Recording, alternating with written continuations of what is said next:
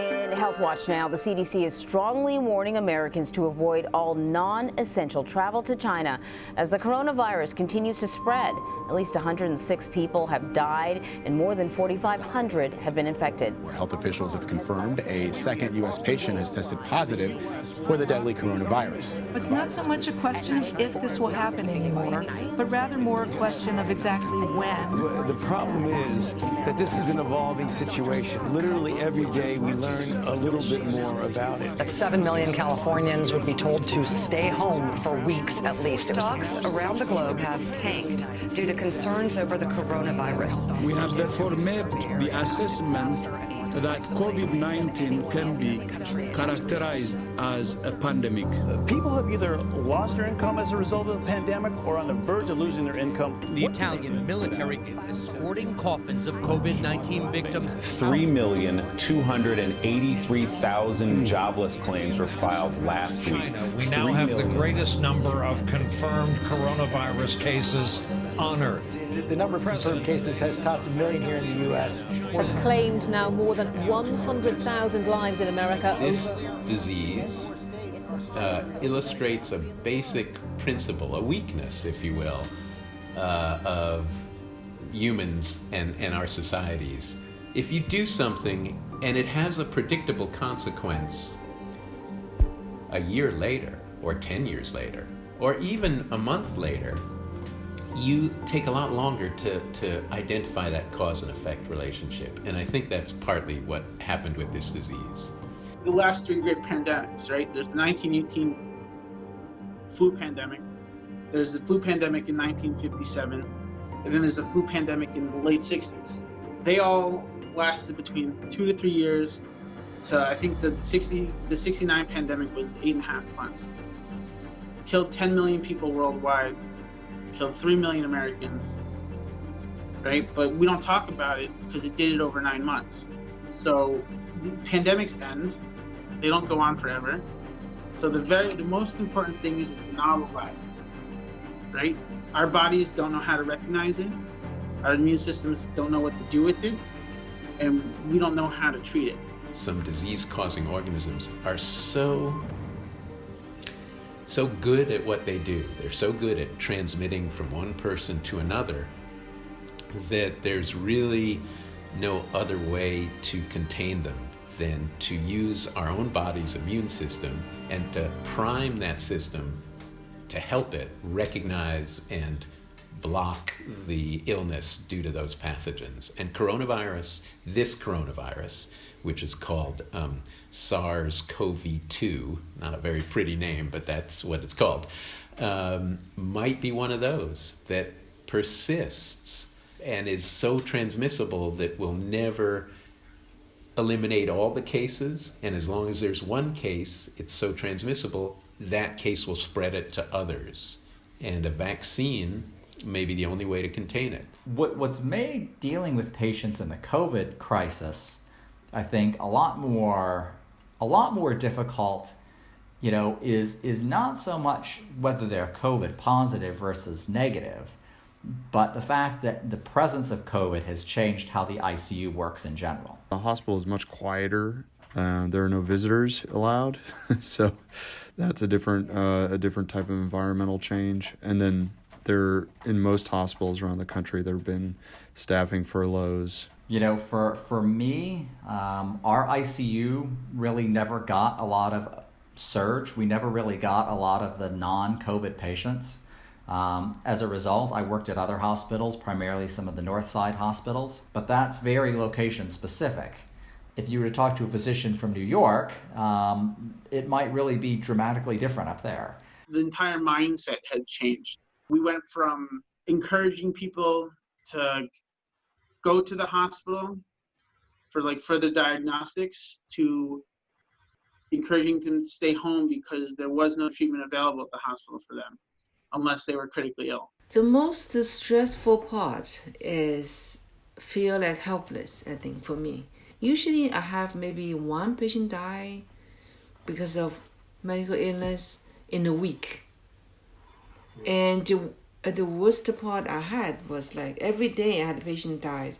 I mean, I'm talking only the patients I take care of. There are a lot of decisions that have needed to be made about end-of-life care, both in COVID patients and in non-COVID patients, that have essentially had to be made over the phone. There's one who was a patient who was not COVID positive. They were a patient who had had cardiac surgery, who had suffered one complication after another. His wife, who was very frail with bad lung disease herself, had been in and out of the hospital, and we were having conversations with them about end-of-life care. The hospital was specifically telling his wife, we do not want you coming in.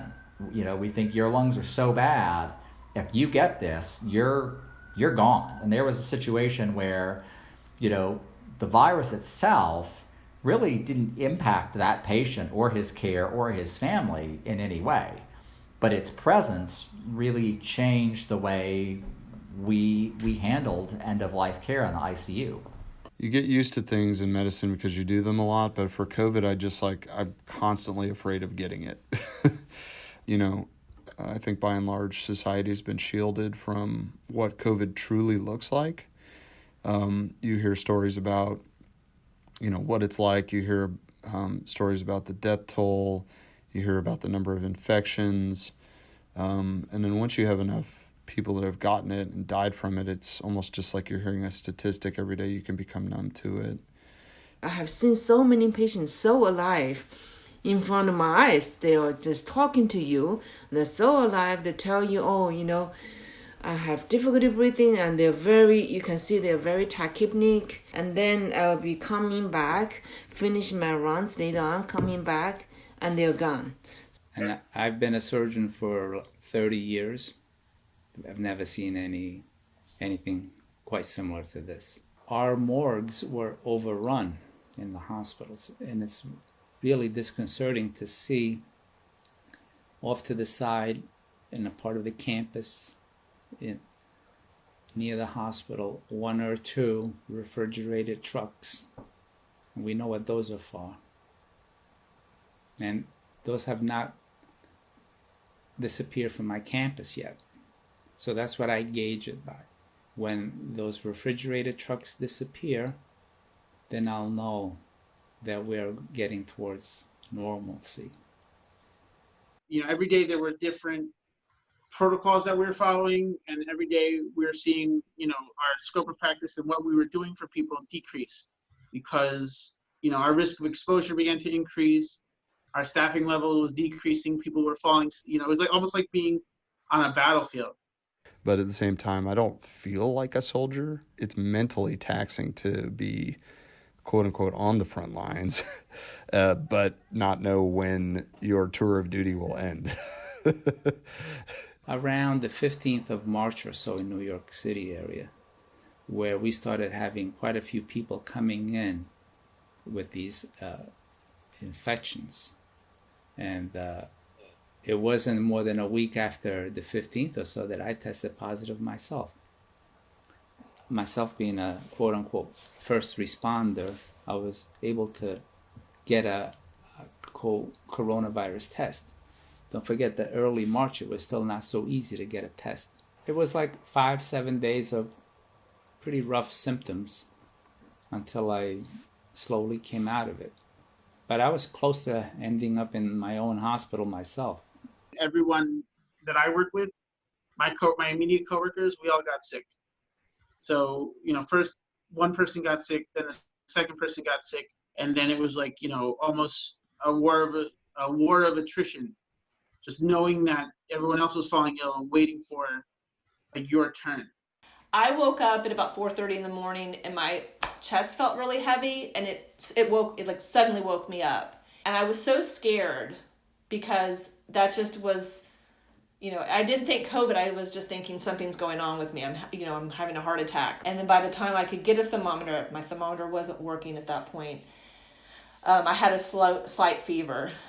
Then I knew. I said, I must have it. When I was sick, I was eating like 300 calories a day, whatever I could like force down. But I had no appetite. I didn't feel like eating at all. I lost all the strength that I've been bedbound basically I want something to eat because I knew I had to get stronger because I knew I was going to have to go back to work. The second week of COVID is when I lost my sense of taste and smell. That was like overnight too. Like I love my coffee. I love, my cereal. Like that's and it was when I had breakfast that one time that I was like, I can't taste anything.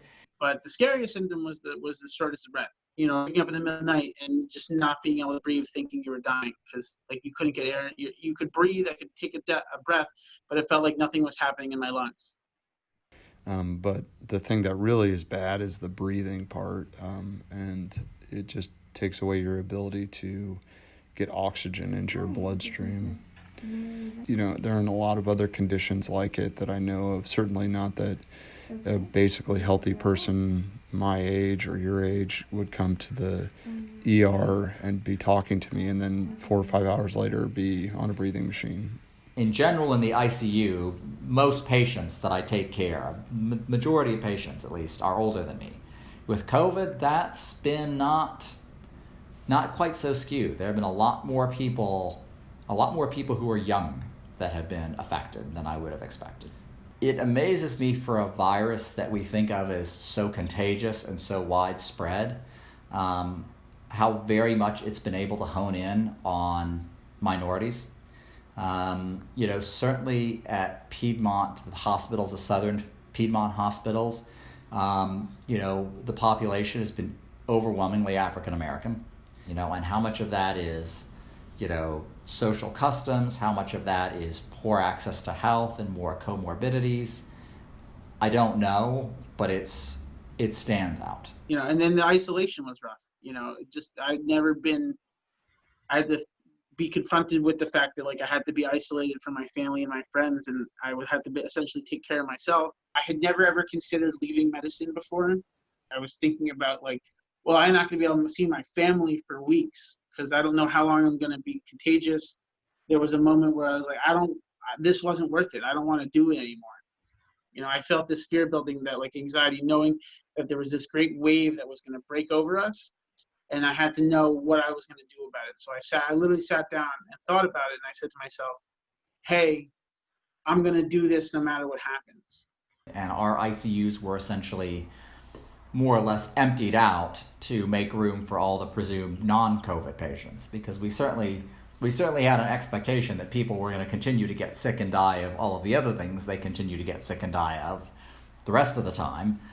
So there was a thought that, we needed to clear out the other ICUs like mine to make room for all of those patients. So really for the last 2 weeks of March, first week in April, things were very much in a lull. We were actually very overstaffed.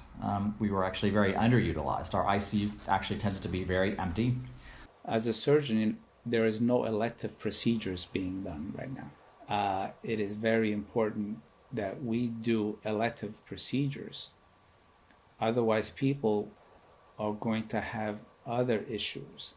The early cancer may turn into a metastatic cancer 6 months from now. So we cannot just postpone these kind of procedures forever. Also, I'm concerned about the financial longevity of a lot of hospitals. And when those hospitals close, and we've seen this in Georgia, especially in Georgia, it's been very bad. When the rural hospitals close or the smaller hospitals close, it puts a tremendous burden on those communities and on the hospitals in the city. It's very rural out where I am, and it's in Greene County. The population density is very low. Cases are just not as numerous. There's a lot of stress. There's a lot of financial stress on a lot of hospitals. Not the one where I work, although there is stress on the one where I work, but the ones that really are getting hit harder, like the smaller ones in little towns outside of major cities. During this whole time, our volumes plummeted, especially the small hospitals can't survive. There's been hospitals that have closed because they can't stay open because they can't, afford to stay open. She completely broke her hip. She was immobile. And because she was so scared of what was going on at the hospital, first she asked us if there was any hospital that didn't have COVID patients. And we had to tell her, no, there wasn't that. So then she would not go, no matter what we said to her. Before you had widespread testing and there's available testing, in New York City. I probably had like 4 or 5 patients that retrospectively, once I had seen a lot of COVID patients that probably had COVID that we just didn't know because we didn't have, firsthand experience of what they looked like, what the presentations were. She was a young patient, 23 years old only, which then I asked to have her tested because she turned out to be very sick. But then at the time, like CDC only said, only approves for patient who has direct contact with people travel from Wuhan. So she was never tested, but she was on the ventilator. She was on ECMO. After 2-3 weeks, she got discharged. That was in January. And then she did call me, my doctor, and we FaceTimed.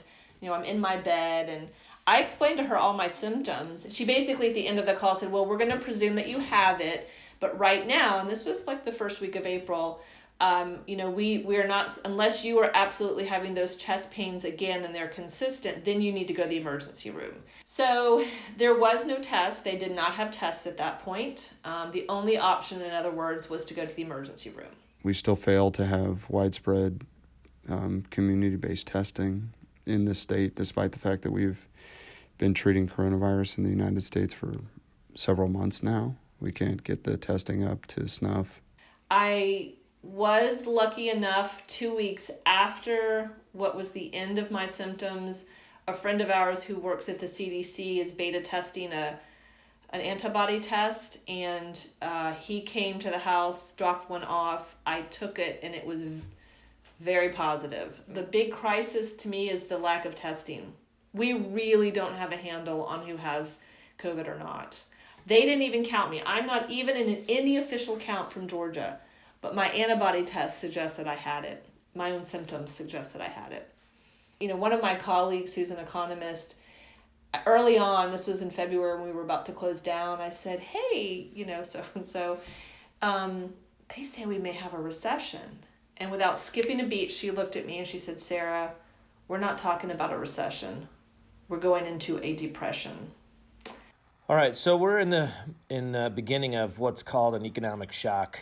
An economic shock is a disruption in the economy that it can occur, which then causes a economic ripple. I mean, it really becomes a resource issue. So a human resource issue, as well as just a capital resource issue. So we just do not have the resources available to try to combat this just as a defensive effort, and we've seen that. And so the economics of hospitals are quite dire. I think that the hospital was legitimately unprepared. That being said, I think this has also highlighted that, the way we go through disposable, personal equipment may need to be revisited, may need to be looked at, in the future. I'm still not convinced that if we have another big wave of this, that we won't have more shortages. And so over the last 5 weeks, we've seen 27 million people file initial unemployment claims. During the 2001 economic recession, we saw about 2.1 million people become unemployed during all of 2001. So this is more than 10 times what we saw in an entire year during an economic recession. We've seen this in the last 5 weeks. Businesses are being forced to close for the safety of its population, namely, so you don't have community spread. But I will tell you, the minute we closed, my stress level went down because I didn't have to feel responsible for anyone's safety at my studio anymore. Some days I'm okay and kind of enjoying the pause, and other days I'm depressed and scared and sad. And then, another day rolls around and I'm like, okay. Not only am I a small business owner here in our Atlanta community, I also am a public health member of our Atlanta community.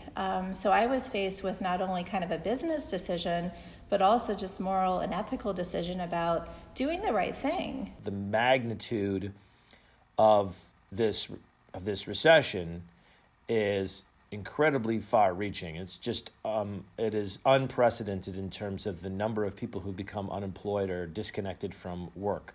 So these businesses are forced to shut down, fire their workers if they had them, dig into their savings. The Payroll Protection Plan, which is part of the CARES Act, is designed to provide these businesses with, let's say, a backup fund, right? And if you use that money for your workers, so you keep your workers on the payroll rolls, then part of that money is forgiven, about 25%. But there's a lot of small businesses that weren't able to get any funds for the first round of the CARES Act. Those funds were gone in a week. We, of course, applied for the grants and the things like that. And we even got approved for one, but then they said, sorry, there's no money to give you. I did, in fact, receive that grant. I don't know in my situation that it's going to make sense for me to accept that PPP loan. This is a personal decision for me of just not wanting to get into additional debt. Starting on the 23rd, what we did is every single thing with respect to our kids and teens program was moved to a virtual format. And for some students, they love it. It's something they look forward to each week. For some students and parents, it's really not a good format for learning. So even though I was able to pivot and kind of shift my business to try to replicate as best as possible, that doesn't mean the clients kind of stuck with us. I've been talking to radio stations and newspapers all over the country about Georgia opening up when it is. So this last Friday, it opened up spas and salons and tattoo parlors, and then I got a bunch of texts that day and a few emails from students and just friends saying, "Hey, you can open. Let's do this." Man, my stress level went higher than I could possibly explain. And there was no other information I was given at that moment, like any kind of guidelines, any information about what's happening. Have we peaked or not peaked? Has the numbers gone down? No information, just you can open. And a lot of business owners are saying, no, I'm not going to open up because I'm fearful that this is going to have a negative impact on the health of my workers or the health of my consumers. I don't think this is a good idea. We just said, no, we're not going to be the guinea pig for this, and we're going to stay closed. I personally would like to open right now with 5 or 10 people in the room, but I don't think that's responsible. So even if legally I were allowed to, so in my 4 studios I'd have, let's say, 8 people, 1 front desk person, myself. So there's my 10 people. But I would lose, the amount of money I would lose is appalling. So I can't, it's just not even practical for me. If people get their jobs back, let's say in the fall, it's not like their employer is going to pay them back wages for the previous 4 months or 5 months. It's just not how the way it works. And so it is possible that people, when they get back to work, are going to have lots and lots and lots of bills that have accumulated, and they're going to have to pay those off. And in the process of doing so, they're not going to have lots of disposable income going forward. Obviously, right now we're not open, so there's no payroll for the teachers, but we still have bills the bills didn't stop. The phone bill, the electric bill, the water bill, whatever it is. If I have to, I'll go work. I'll apply at Whole Foods and get a gig. You know what I mean?